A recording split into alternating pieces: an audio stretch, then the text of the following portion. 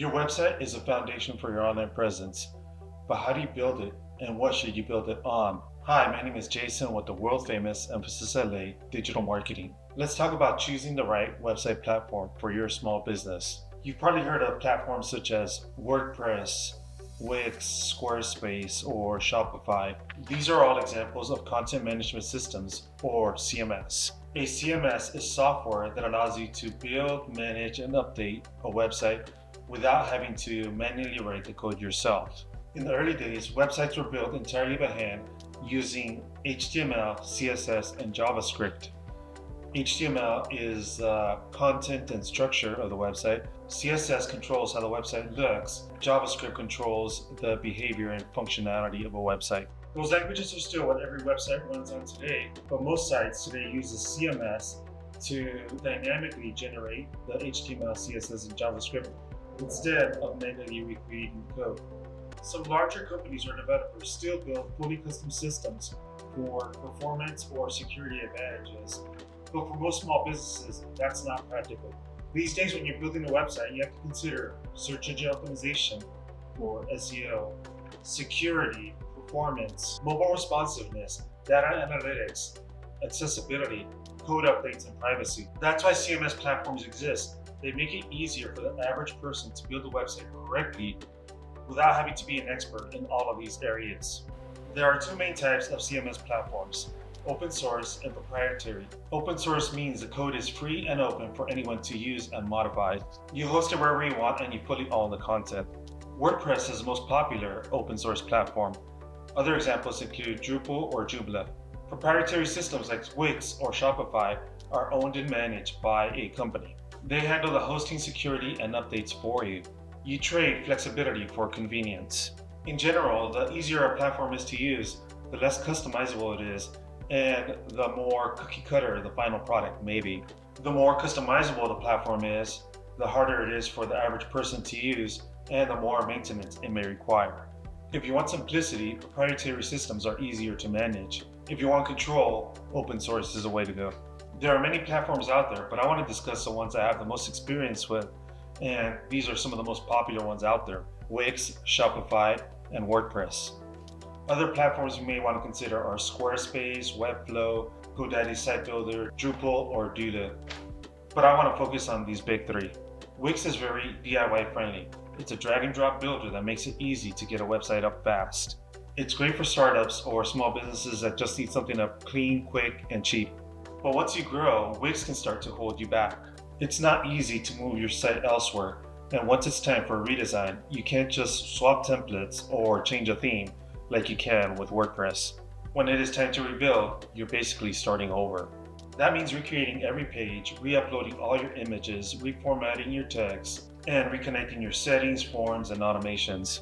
That's okay if your site only has a handful of pages, but once you have dozens, this can become a serious project. And if you're paying someone to rebuild it, this can get expensive fast.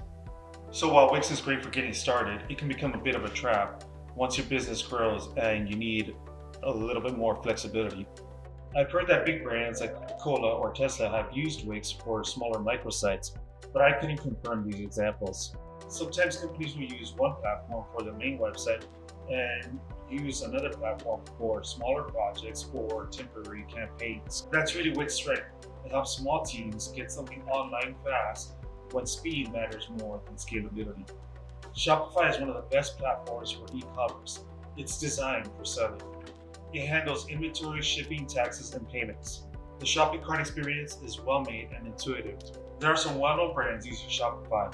I confirm that Kylie Cosmetics, Red Bull, and even the BBC use Shopify for their online stores. It's easy for store owners to manage, but if you make heavy customizations, theme updates might get tricky. You may end up buying an add-on or hiring a developer to maintain the code. Still, for most online stores, Shopify is an excellent choice.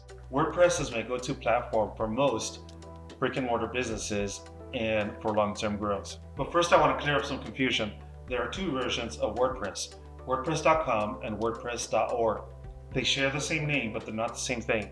WordPress.org is the open source version. It's free and you install it on your own hosting account. That's a version most professionals use, and it's a version I'm referring to here. It gives you full control over your files, plugins, design, and content. WordPress.com, on the other hand, is a hosted service that uses the WordPress.org software. It's a little more like Wix or Squarespace, easier to get started, but far more limited. You give up flexibility and ownership in exchange for convenience. Unlike a proprietary system like Wix or Shopify, with WordPress.org, you don't actually publish your website through the WordPress company. You need to choose a web hosting provider. That's where your site lives online. Then you install the WordPress software onto that host. The good news is most of the better hosting companies will install it for you automatically. I'll include some recommended hosting options in the video description. The WordPress software powers over 40% of the top 10 billion websites worldwide. That's a lot of websites. That includes NASA and the White House. Both the Biden and Trump administrations have used it. If both of these administrations trust and agree on WordPress, it's probably a good option. WordPress is open source, so you own the content. You can move your site to another host at any time. That's a big advantage.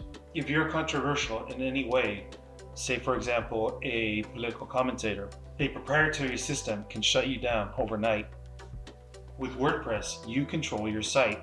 If a host decides they don't want your content, you can take your files and data to a new one, as long as you've made backups. You can also build and test a WordPress website locally on your computer for free before putting it online. It's a great way to experiment and learn without paying for hosting until you're ready to go live. The downside to WordPress is it does require maintenance, updates, backups, and security checks. And it takes a little more technical knowledge than Wix or Shopify. But the trade-off is freedom, flexibility, and long-term value. If you're going to pay someone to maintain your website, WordPress is probably the best option. It's widely supported and more people know how to use it. And if you're running an online store with complex needs, WordPress plus WooCommerce might be the right setup for you. Security varies depending on the platform. Wix and Shopify handle most of that for you. WordPress requires more hands-on attention, but it's also as secure as you make it. If NASA and the White House can trust it, you can probably trust it too. Ownership is where WordPress really shines. With Wix or Shopify, your site lives within their system. If they change their rules or shut down, you don't get much say. With WordPress, everything is yours: content, database, and design. In terms of costs, at this time, Wix is around $15 to $20 a month, and Shopify is around $30 a month. For WordPress, the software itself is free, but in order for the world to see it, you have to purchase website hosting, which can range in price from $3 to $30 a month for most small businesses. I would recommend staying away from the cheaper hosting. You get what you pay for in terms of reliability, support, performance, and security.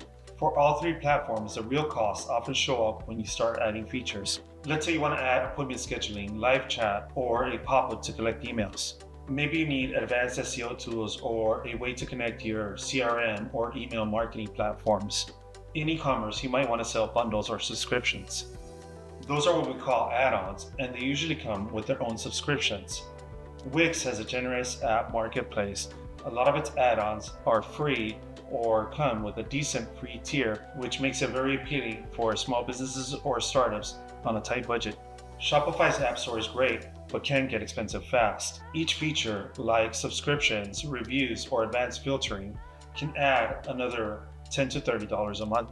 With WordPress, those add-ons are called plugins. WordPress has the largest library of plugins by far, and you can find a free option for just about anything. But many of the best and most trusted have yearly license fees. So even though WordPress starts at a low price, it's easy for costs to grow as your website starts to advance. The key is to plan ahead, know which features you're going to need, and factor those costs into your website budget. Before spending money, take advantage of free options available. Wix lets you build and publish a free site. You only start paying once you connect your own domain. Shopify offers a 14-day free trial, which is usually enough to test out a smaller site or to get a feel for how the system works. And with WordPress, you can build an entire website locally on your computer for free. Experiment as much as you need before ever paying for hosting. To summarize, choose a CMS based on your needs. Use Wix if you need something quick and simple. Use Shopify if you're selling products online. Use WordPress if you want full control, flexibility, and long-term stability. I'm Jason with the world-famous Emphasis LA Digital Marketing. Thanks for watching. We'll see you in the next video.